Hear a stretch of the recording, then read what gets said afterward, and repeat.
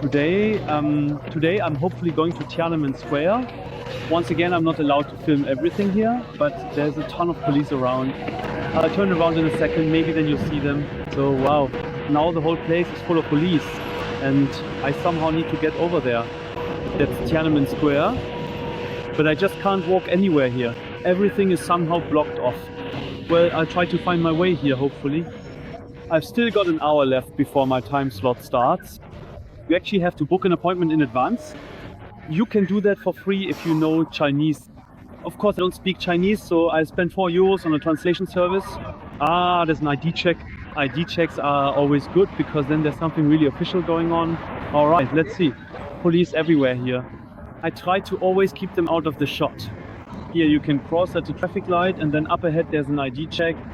Of course, I won't film the ID check itself, but maybe I'll just leave the camera running. I don't think you'll see anything, but maybe we can still use the footage somehow. Alright, the light still has 13 seconds. No idea why, but I'm just gonna run across now. There we go. Yeah, I'll go ahead and get my ID out in the meantime. As you can see, lots of police, but also a great building up ahead on the right. ID check was super easy again. The Chinese can always just hold their ID up to a machine and then walk through. For me, it's always a manual check, and if you have a drone with you, they're forbidden here according to the signs, but that's certainly not unusual. Now it's back into an underpass for the moment. I'm really optimistic that we'll make it to the square today. There's another police station up here as well. There's really a ton of security here. I'm not even sure if that ID check was already my entry check, but I could definitely imagine there will be 2 more checks, at least 1 more. The street is above us now and there are military personnel walking there. Let's not film them at all. Here comes some military as well. So you're never allowed to film the military, so always keep the camera away. Ah yes, here's another ID check. I'm sure of it. Wow. Okay, we started back there. Now we've made it over here and I think this could actually work out now. But honestly, I'm afraid this is the line for the State Theater. Here's the line, you can kind of see it more or less. And that's the State Theater right there. I don't want to go in there. I hope I'm actually in the right line now. I'm too early.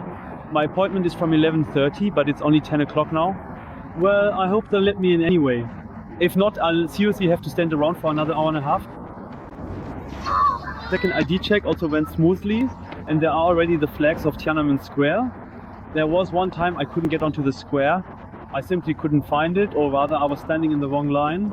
I think there was some kind of event here in the palace next to me. There was a ton of police here and they turned me away saying I didn't have a ticket. Yeah, we then realized that was true because I was in a completely wrong line.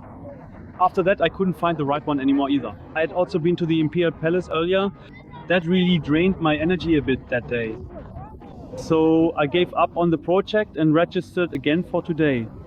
It cost me €4. Theoretically you can do it for free, but that's through a Chinese website. I didn't understand any of that, so it's better to just spend €4. Today everything is really super relaxed. There are a lot of tourists here, but I seem to be the only European. I really don't see anyone else. This is the 3rd ID check in front of me. I could imagine that I might fail now since it's just after 10 and my ticket is officially valid from 11:30 to 4:30. If necessary, I just have to wait here for an hour. That's just how it looks here. I'm turning the camera off now. People here are happy. I think I'm the only European tourist on this huge square.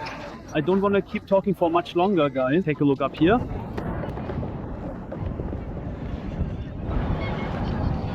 I'm on Tiananmen Square, one of the largest public squares on Earth.